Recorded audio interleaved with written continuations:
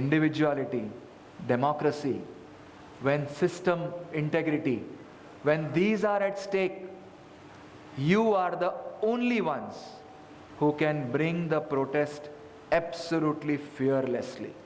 You have nothing to fear. Why professional ethics is linked with this? It is a strategy of every establishment, present government, past government, future government. Any administrative officer in power, today's, retired or tomorrow's, to first attack the one who criticizes.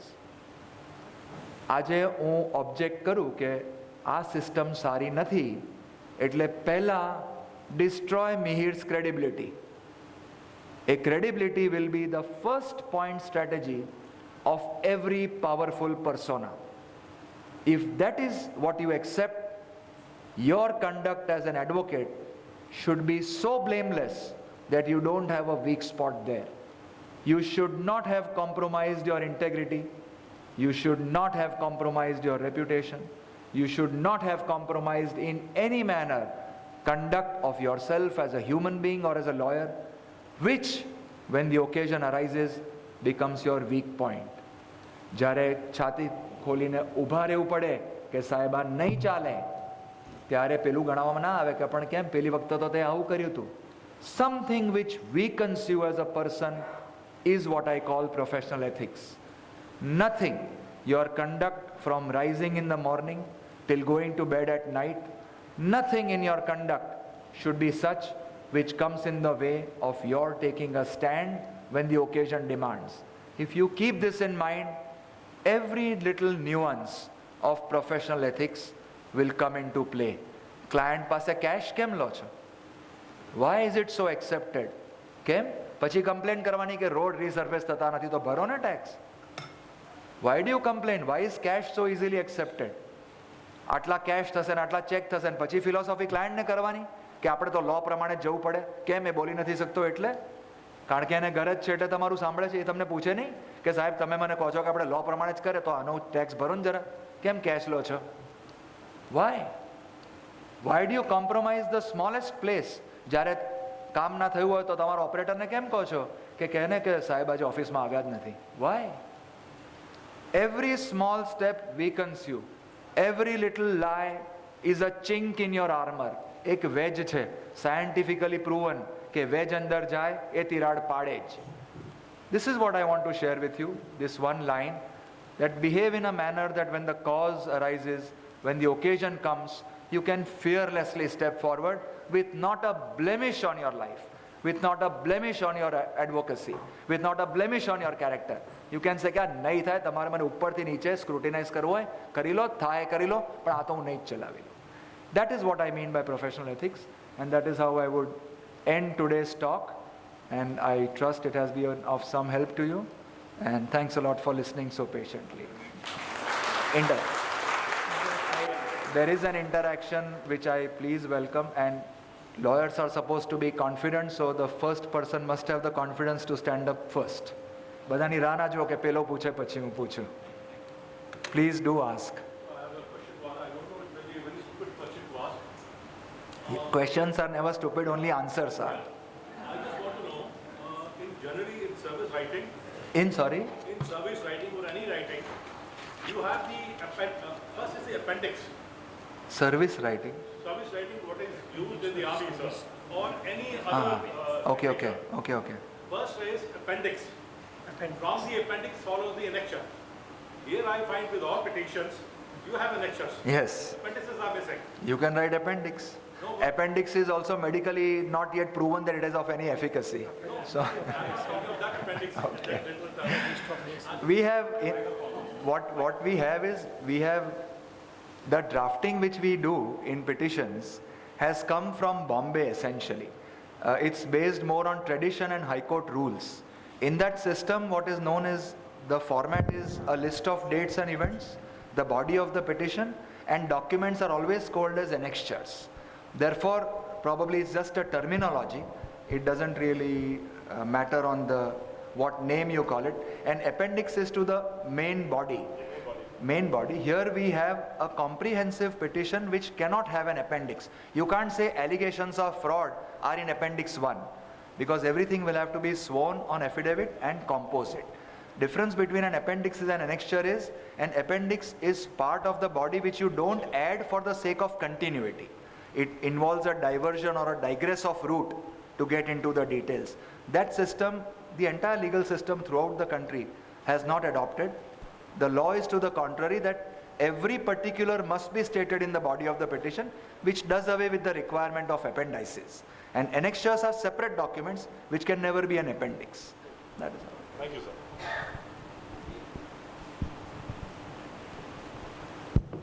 Mihir, can I ask? I would welcome questions on conduct in court and ethics. Huh? Please feel free. This is not going to go back to anybody. That is where I wanted to ask something. You talked about judges getting annoyed and running down lawyers. It sometimes so happens that lawyers get annoyed. Something very difficult to digest, something which goes to the core of your conscience. Something of that nature goes on and becomes uncontrolled at times. At times that affects your case also, your arguments also. It should not have happened.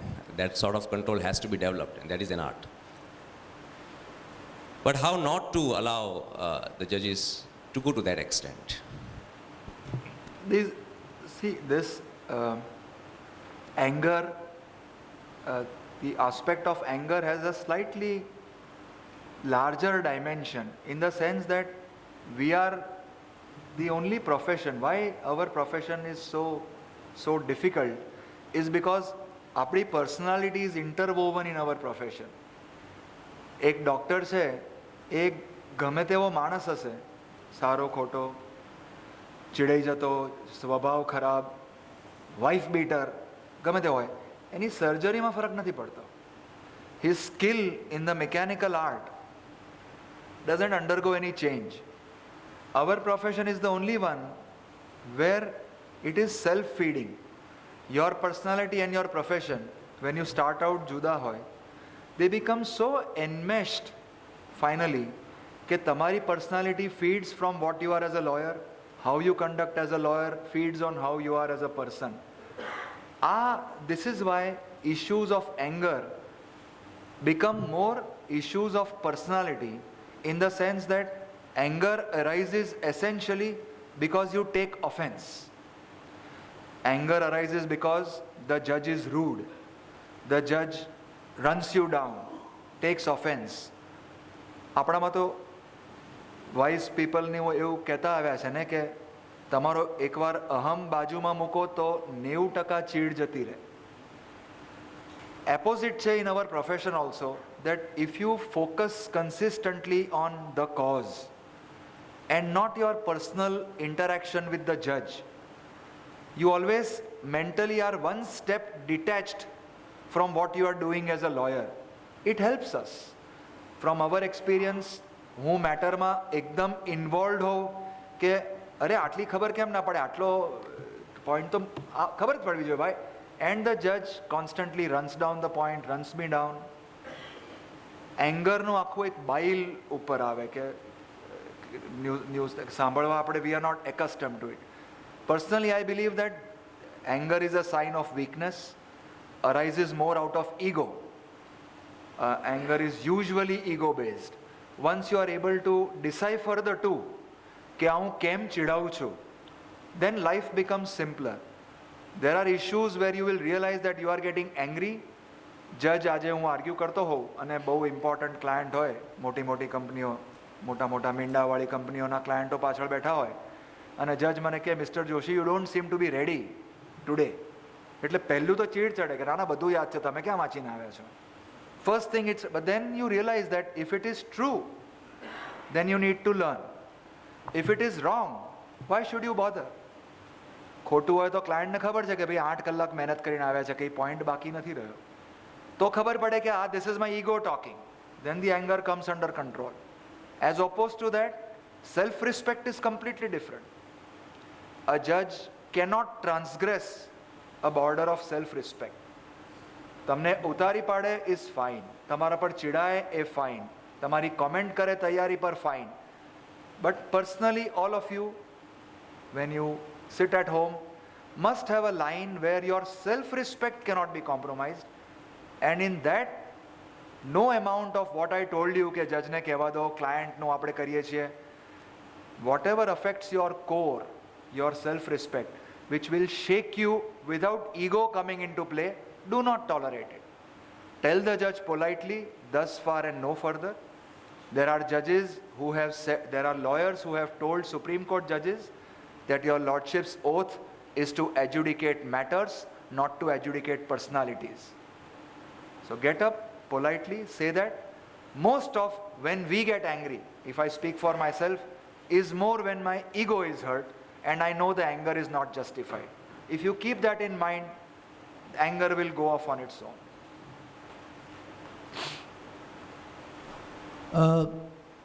Sometimes ક્યાંથી બોલ? અહીંયા છે. હા બંદેશ બોલ. you don't come across best of the matters. Sometimes you come across matters which દૂર રાખને નથી સંભળાતું. sometimes Mike થોડું દૂર રાખને. બરાબર છે? દૂર રાખ, એકો પડે છે. હા. બરાબર છે. Sometimes you do come across a matter that you yourself are not convinced in, that you think that અચ્છા ફોટા પાડ. It's all right. it's okay. હા. You yourself are not convinced in the matter, but you have to argue.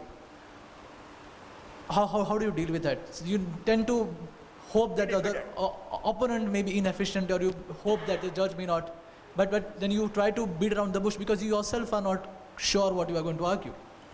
So how do you deal with it? There is a, Bandish, there is a absolute on-point answer in this book generally, but let me just, first of all, your assessment of a bad matter is that first what is said and taught by elders is that no matter, અને આ પેલું Samuel ને બોસવેલનું છે કે no matter is bad or good till the judge decides it to be so. First point. You are right that intelligent, rational people will have an assessment of the matter, but that should not override your presentation of the case to the best of your ability. Because, as he says, that till the judge decides, it is not your role to judge, and you must place for consideration all points which you can lawfully raise and which could have been raised by your client had he got the legal knowledge and the expertise. So first answer is that good or bad is a judgment which is not within your domain, it is outside your jurisdiction. That will come with the judge.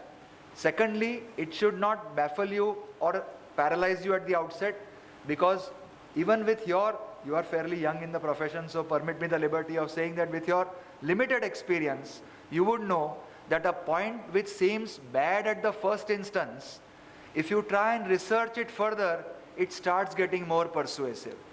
That is one. Secondly, it might appeal to the judge. Then, as Boswell says, then why, sir, you were wrong and he is right. Therefore, your assessment of a bad case is inaccurate. Ultimately, it is the judge who will decide. So that is a crucial question of ethics, which is answered very well on these lines and much more in the book, that it is not within the province of a lawyer to judge, but to present his case in the best manner as possible. On the unasked question of, suppose there is case law against you on the point and you are called upon to argue.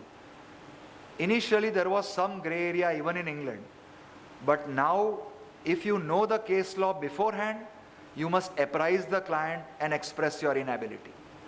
If the case law comes in the course of your research and you feel it is absolutely binding and cannot be distinct or capable of distinguishing or otherwise, a binding judgment has always to be shown. In England now, a senior advocate who argues, even if he bona fide did not know that there is a precedent or a judgment is overruled, is subject to disbarment.